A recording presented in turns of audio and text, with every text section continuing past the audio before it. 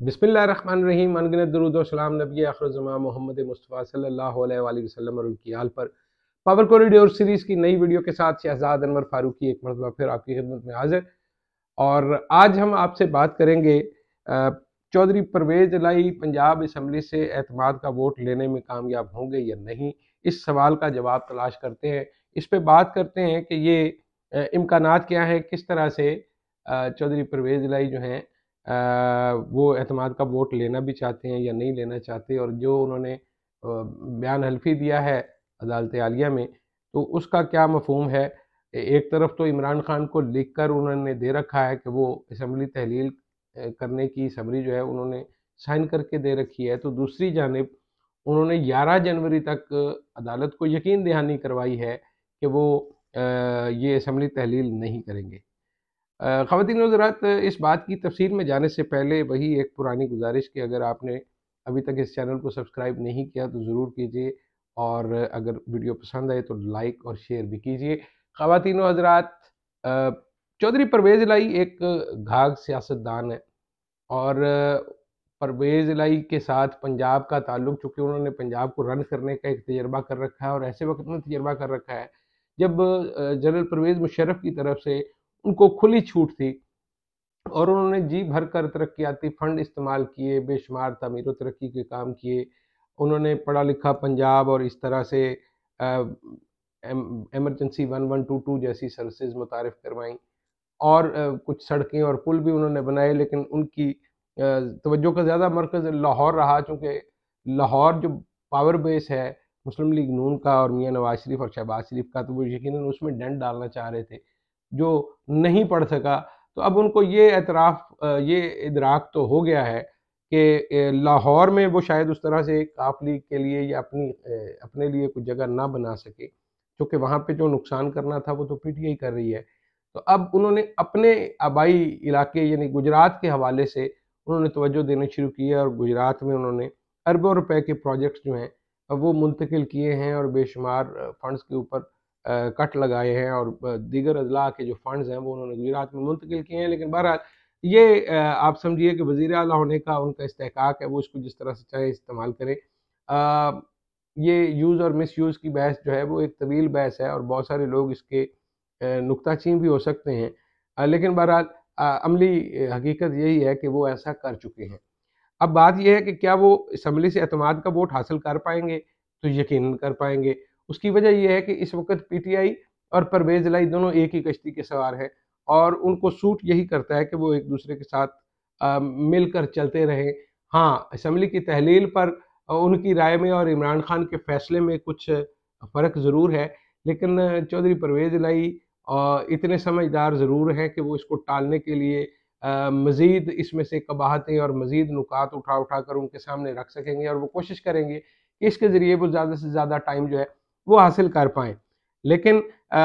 वो पीटीआई के साथ ना चलकर अपना अगला इलेक्शन ख़राब यकीनन नहीं करेंगे, और अगला इलेक्शन अगर वो ख़राब करने की सोच बैठेंगे तो फिर उनके पास एक नई ऑप्शन है, और वो यकीनन उस पर काम भी कर रहे हैं। पाकिस्तान पीपल्स पार्टी के साथ एक सतह पर उनका राब्ता अभी भी है, और यूँ तो बज़ाहिर नज़र आता है कि चौधरी शुजात जो है वो इस हवाले से साबिक़ सदर आसिफ़ अली ज़रदारी के साथ राब्ते में हैं। लेकिन एक और राब्ता भी है जो चौधरी परवेज़ इलाही और डायरेक्ट सदर आसिफ़ अली ज़रदारी के माबैन है, और परवेज़ इलाही और आसिफ़ अली ज़रदारी जो हैं वो पंजाब की सियासत के हवाले से कुछ जो उनके नुकात हैं बाहमी दिलचस्पी के, उनके हवाले से कुछ नोट्स का एक्सचेंज हुआ है एक बहुत अहम कारोबारी शख्सियत के ज़रिए, और इस सिस्टम को किसी तरह से आगे चलाने के लिए भी एक अंडरस्टैंडिंग वहाँ पे मौजूद है, और अगर वो कोशिश नाकाम हो जाती है तो फ्यूचर की किसी और पॉसिबिलिटी के हवाले से भी उनके दरमियान राब्ता मौजूद है। पाकिस्तान तहरीक इंसाफ चूँकि शुरू से ही अपनी कैंपेन जो है या अपना मौक़िफ़ जो है वो मीडिया के ज़रिए लोगों के सामने रखती रही है, और अब चूँकि अखबार और इलेक्ट्रॉनिक मीडिया से बात सोशल मीडिया पर आ गई है, तो ज़्यादातर उनका फ़ोकस जो है वो सोशल मीडिया पर है। तो पाकिस्तान तहरीक इंसाफ को सोशल मीडिया में रहना आता है, और उसके लिए एक तजवीज़ उन्होंने मज़ीद जो कि कुछ अरसे के लिए इस सारे डिले को जो की वजह से जो नुकसान हो रहा है, उसको पाट पाने के लिए, उस फ़र्क को जो कि उनकी मकबूलियत के ऊपर असरअंदाज हो रहा है, उसके लिए एक नई तजवीज़ पर काम हो रहा है। और चूँकि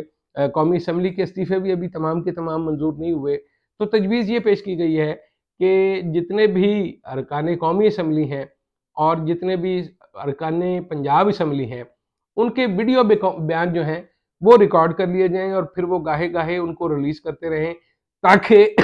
माफ़ कीजिएगा, ताकि स्पीकर कौमी असम्बली पर भी प्रेशर बना रहे और इस तरह से वो मीडिया पर भी ये बता सकें कि वो अपनी तरफ से बिल्कुल तैयार हैं।